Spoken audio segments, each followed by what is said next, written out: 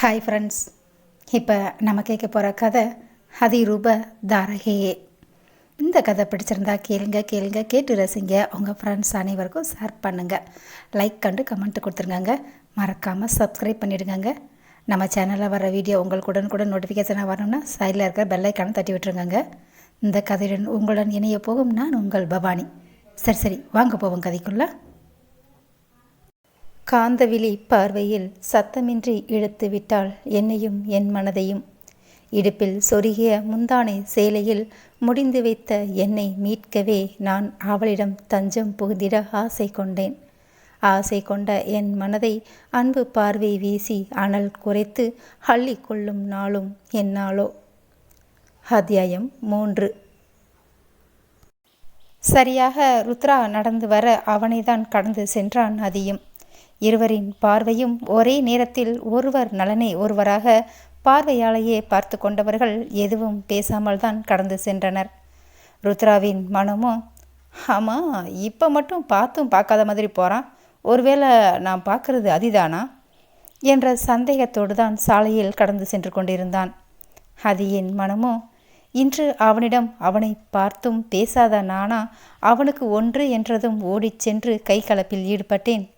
என்ன அதி பண்ணுற, ஏன் இப்படி மாறிட்ட என அவனை கேட்டுக்கொண்டான் மனதில். இப்படி மனதில் ஏதேதோ நினைத்து கொண்டு சென்றவன் சடன் பிரேக் போட்டு நிறுத்தி இருந்தான் பைக்கை அதி. ஹோ லூசாயா, நீ இப்படி தான் ரோட்டில் போகும்போது கனவு கண்டுகிட்டே வண்டியை ஓட்டுவியா என்று சொன்னதோடு மட்டும் இல்லாமல் அவனையே தான் பார்த்திருந்தாள் யாழ். அப்பொழுதும் கூட எதுவும் பேசாமல் தான் பார்த்திருந்தான் அதி. பேசுகிறான் நான் பாரு, திமிரு, உடம்பு பூரா திமிர் என நினைத்தவள் கோபத்தில் அவனுக்கு சளைக்காமல் இவளும் பார்த்தாள். இல்லை முறைத்து கொண்டு இருந்தாள். ஏன் நீ கேட்டா நான் பதில் சொல்லணுமா, போடி வந்துட்டா என மனதிற்குள் சொல்லி கொண்டவன் பைக்கை உயிர்ப்பிக்க போக, இவன் திருந்தவே மாட்டான் என நினைத்தவள், இந்த மரப்பெல்லாம் இங்கே மட்டும்தானா, நேரம் என்ன ஆகுது, அங்கே உங்கள் அப்பா மகன் எப்போ வர நாம் எப்போ சாப்பிட்லான்னு பார்த்துட்ருக்காரு, நீங்கள் என்னடானா நிலா காயிற மாதிரி கனவுல கண்டுட்டு வண்டியை ஓட்டி போடுறீங்க. நான் ஒரு மடச்சி, என்னமோ அடிபடாமல் இருந்தாப்புல என்கிட்ட வாயை திறந்து பேசாக போறீங்க என்றவள் லேசாக அவளது வண்டியை பின்னால் நகர்த்தி அவனது வண்டியை கடந்து சென்றவள் அவன் முகத்தையே தான் பார்த்து சென்றாள். அவனது முகத்திலும் சரி அவனது பார்வையிலும் சரி அவன் மனதில் என்ன நினைக்கிறான் என யாழினால் கண்டறிய முடியவில்லை. என்ன சொல்லணும், இங்கே பேசுகிறதும் அந்த சோத்துக்கிட்ட பேசுகிறதும் ஒன்று, அசையாம என அவள் முணுமுணுத்து செல்வது கூட அதியின் காதில் கேட்கத்தான் செய்தது. யாழ் இவனை கடந்து சென்றதும் இவனது இதழ் நீண்டது. என்ன சிரிக்கின்றானா? ஆம், சிரிக்கின்றான். யாழின் பேச்சிலா இல்லை அவளை கண்டதாலா என்னவென்று சொல்ல இயலாத சந்தோஷம் அவனது மனதில். அவனை கடந்து சென்றவளை கண்ணாடி வழியாக பார்த்தான் அதி. சேலைதான் கட்டியிருந்தாள், ஆனாலும் அத்தனை கச்சிதமாக கட்டியிருந்தாள். எப்பொழுதும் போல அவளது அடர்ந்த கூந்தலை இறுக பின்னலிட்டு அங்கும் இங்கும் ஆடாதபடி முந்தானையால் மறைத்து சொருகியிருந்தாள். சாதாரண சேலை கட்டியிருந்தாலும் அது கூட அவளுக்கு அழகாக இருந்தது. முகத்தில் எந்தவித ஒப்பனையும் இன்றி நெற்றியில் ஒரு சிவப்பு நிற ஸ்டிக்கர் போட்டுதான் வைத்திருந்தாள். பைக்கில் சென்றவன் நேராக சென்றது அவர்களது பால் பண்ணைக்குத்தான். யாழ் சொன்னது போல் அதியின் அப்பா அருள் பிரகாசம் இவனுக்காக தான் காத்திருந்தார். இவனை கண்டதும் வேகமாக எழுந்தவர் சாப்பிடுவதற்காக எப்பொழுதும் அமரும் டேபிள் முன் உட்கார்வதை கண்டதுமே புரிந்து கொண்டான் அதி. ஆமாம், இது எப்படி அவளுக்கு தெரியும்? காலையிலேயே பாலை ஊற்றிட்டு போயிடுவாள்ல, இந்நேரத்துக்கு கிணத்துக்கு வந்திருப்பா என்ற யோசனையுடனே, என்னப்பா ரொம்ப லேட்டாயிடுச்சா என கேட்டான். அதி கொண்டு வந்த சாப்பாட்டை தட்டில் எடுத்து போட்டு கொண்டே, இல்லைப்பா, காலையில் பசி இல்லைன்னு கொஞ்சமாக உப்புமா மட்டும்தான் சாப்பிட்டு வந்தேன், என்னன்னு தெரியலை, இன்றைக்கி சீக்கிரமே பசி என்றார் அருள். அருளின் பேச்சை காதில் வாங்கினாலும் அவர் சாப்பிடுவதற்கு ஒவ்வொன்றாய் எடுத்து வைத்த அதி, நீங்கள் சாப்பிடுங்கப்பா, நான் போய் பார்த்துட்டு வரேன் என கிளம்பியவனிடம், அதி இப்போ தான் டாக்டர் உள்ள பண்ணைக்குள்ளே போயிருக்காரு, அதையும் கொஞ்சம் கவனிப்பா என்றிட ஒரு பசுவின் பெயரை சொல்லி, ஏன்பா இன்னும் சரியாகலையா, சரிப்பா நான் இதோ போய் பார்க்குறேன் என கிளம்பினான். பண்ணையில் இருக்கும் ஒவ்வொரு பசுவிற்கும் பெயர் வைத்திருக்கிறார்கள் அல்லவா? அப்படிதான் நேற்று ஒரு பசுவுக்கு உடல்நிலை சரியில்லாது போயிருக்க அப்பசுவினை பார்ப்பதற்காக தான் மருத்துவரும் வந்திருந்தார். அதி சென்றதும் சாப்பிட்டு கொண்டிருந்தவர் அவரது மொபைலில் அழைப்பு விடுக்க அக்காலை அட்டன் செய்து காதில் வைத்தது என்னவோ மேகலைதான். மேகலை, நீ சாப்பிட்டியா என்றார் அருள். அந்த பக்கம் வந்த பதிலில் இருந்து, சரி நீ ரெஸ்ட் எடு, அது இப்போ தான் சொன்னான் ஹாஸ்பிட்டல் போகணும்னு. நானும் வரேன்னு சொல்லியிருக்கேன். இருந்தாலும் நீ ஒருக்க எனக்கு ஃபோன் போடு என்றார் ஞாபகப்படுத்தும் விதமாக அருள். சரிங்க என மேகலை சொன்னதும் அழைப்பை துண்டித்த அருள் கணக்குகளை பார்க்க ஆரம்பித்தார். சிறிது நேரத்தில் அதியும் வந்தவன், அப்பா நான் மட்டும் ஹாஸ்பிட்டலுக்கு போயிட்டு வரேன், அப்படியே வரும்போது 2 பேரும் வீட்டுக்கு போகலாம் என்றவனிடம் இத்தனை நேரம் கணக்கு பார்த்ததை எடுத்து வைத்த அருள், அதுவும் சரிதான், இன்னும் கொஞ்சம் பார்க்க வேண்டியது இருக்குது, அதோட மொத்த வியாபாரி ஒருத்தர் வேற வரதா சொல்லியிருக்காரு என சொல்ல அதையும் அருளிடம் சொல்லிவிட்டு கிளம்பினான் மருத்துவமனைக்கு. மருத்துவமனைக்கு சென்று வந்தவன் அருளையும் அழைத்து கொண்டு வீட்டிற்கு செல்ல, அதி கொஞ்சம் வண்டியை நிறுத்து என சொல்ல பைக்கை நிறுத்திய அதி, என்னாச்சுப்பா, எதுக்கு வண்டி நிறுத்த சொன்னீங்க என்று கேட்டவன் மனதிற்குள், ஒருவேளை யாரும் வரேன்னு சொல்லியிருக்காங்களா என சுற்றியும் பார்க்க வந்தாள். அவள் தான் வந்து கொண்டிருந்தாள், யாழ். அப்பொழுது பார்த்த அதே சேலையில்தான் வந்தாள். ஆனால் என்ன, முன் கொசுவத்தை எடுத்து இடுப்பில் சொருகி இருந்தாள். பின்னி இருந்த கூந்தலை கொண்டையிட்டிருந்தாள்.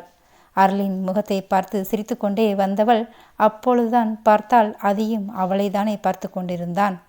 அதை கண்டும் காணாதது போல, நான் தான் நாளைக்கு வந்து வாங்கிக்கிறேன்னு சொன்னேல்ல என்றவள் அருளில் கையில் இருந்ததை வாங்கியவள் அவரை பார்த்து சிரித்திட, அதனால் என்னம்மா, என் புள்ள கேட்டால் கொண்டு வந்து தரமாட்டேனா? சரிம்மா, பெரியவங்களை கேட்டேன்னு சொல்லுமா என்றவிடம் தலையை அசைத்து திரும்பி நடந்தவளை தான் பார்த்து கொண்டிருந்தான் அதி. அருளுக்கு ஒரு அழைப்பு வர அவர் மொபைலில் பேசிக்கொண்டிருக்க அந்த வீதியில் இன்னும் ஓரிருவர் நடந்து செல்பவர்களை பார்ப்பது போல் பார்த்தவன் கண்கள் அவளை மட்டும்தான் பார்த்தது. அவள் அருகில் நடந்து சென்ற ஒரு பெண்மணி, என்னை ஆளு பெரியவர்களுக்கா, இந்த கொடுப்பனை யாருக்கு கிடைக்கும் சொல்லு, பேத்தியே எல்லாத்தையும் பார்த்துக்கிறதெல்லாம் கொடுத்து வச்சிருக்கணும் என்று அவர் சொல்ல அவருக்கு ஒரு மெல்லிய புன்னகை மட்டுமே பதிலாய் அவளிடமிருந்து. ஏதோ தோன்ற அந்த பெண்மணியுடன் பேசியபடியே அதி இருந்த பக்கம் அவனை திரும்பி பார்க்க அருள் மொபைலில் பேசிக்கொண்டிருந்தார்.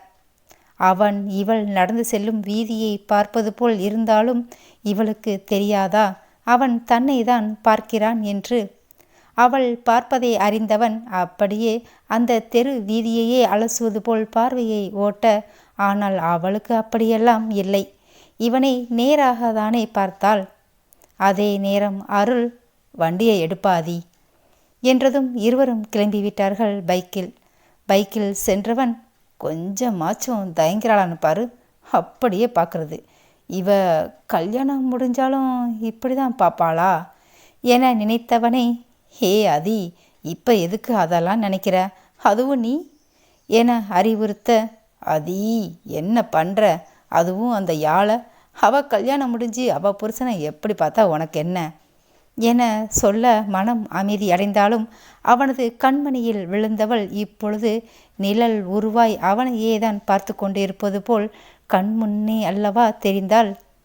என்னடி பண்ணுற என்ன என மனதிற்குள் சொல்வதாய் நினைத்து வெளிப்படையாக சொல்லிவிட பின்னால் உட்கார்ந்திருந்த அருள், என்னப்பா அதி, எதுவும் சொன்னியா என்றார். அதீ என மனதிற்குள் அடித்து கொண்டவன், ஒன்றுமில்லப்பா என்றவன் அவர்களது வீடு வரவும் பைக்கை நிறுத்தி வீட்டிற்குள் சென்றான்.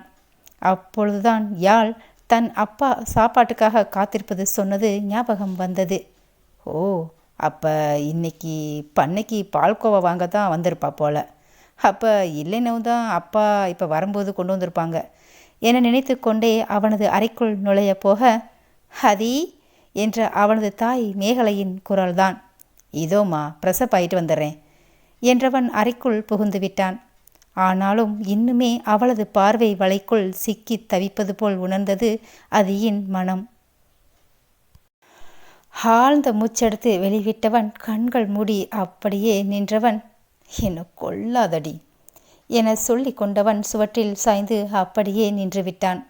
அது என்ன என அஸ்வினியின் குரலில்தான் தன் உணர்வுக்கு வந்தவன் குளியல் அறைக்குள் புகுந்திருந்தான்.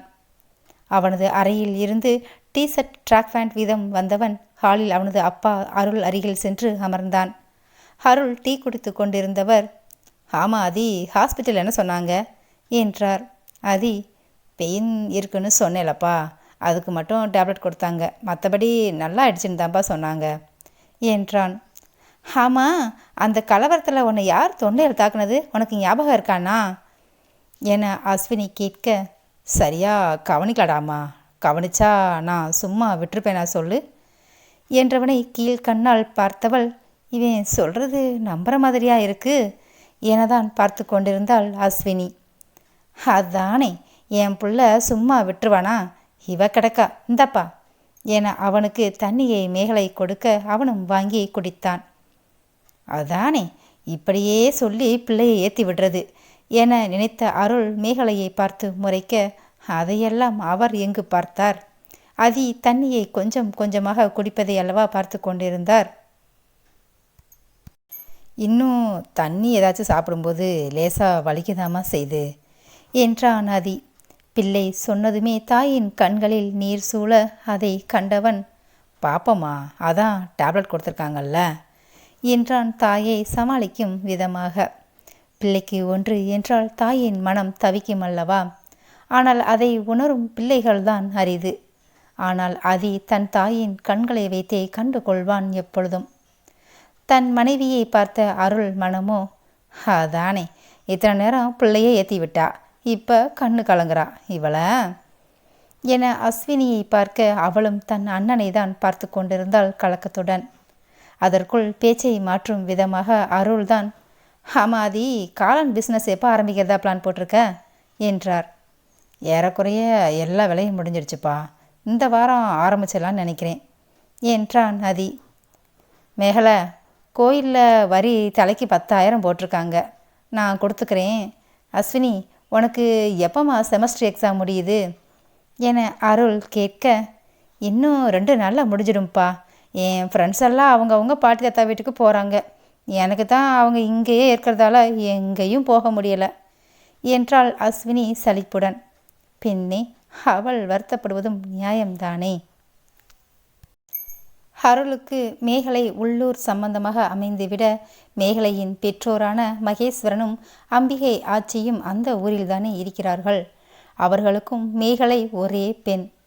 அருளின் பெற்றோரும் அதி அஸ்வினி இருவரும் சிறு வயதாக இருக்கும் பொழுதே ஒருவர் மாற்றி ஒருவராக இயற்கை எய்தியிருந்தனர். ஏம்பா, நம்ம வேணும்னா ஃபேமிலியாக பாபநாசம் குற்றாலம் போயிட்டு வரோமாப்பா என்றான் நதி. யோசனையுடன் இருந்தவர், அதுவும் சரிதான்ப்பா, உனக்குன்னு தனியாக பிஸ்னஸ் ஆரம்பிச்சிட்டா அப்புறம் எங்கேயும் நகர முடியாது, பார்க்கலாம் என்றதும் அஸ்வினிக்கு சந்தோஷம் தாங்கவில்லை. மனதளவில் துள்ளி குதித்து கொண்டுதான் இருந்தாள். அப்பா, நான் ஆச்சி தாத்தாக்கிட்ட சொல்லவா? அப்படியே என்னைக்கு கிளம்புன்னு சொல்லுங்கப்பா, நானே சொல்லிக்கிறேன் என்றாள் ஆர்வத்துடன். அவளது முகத்தில் இருந்த சந்தோஷத்தை வைத்தே அறிந்து கொள்ள முடிந்தது அவளது மனநிலையை. அஸ்வினியின் சந்தோஷம் அருள் மற்றும் அதியை தொற்றி கொண்டது. போதுண்டி, சின்ன பிள்ளை மாதிரி குதிக்காத, அப்பா என்னைக்குன்னு சொன்ன பிறகு சொல்லிக்கலாம் என மேகலை சொன்னதெல்லாம் அவள் காதில் எங்கு விழுந்தது.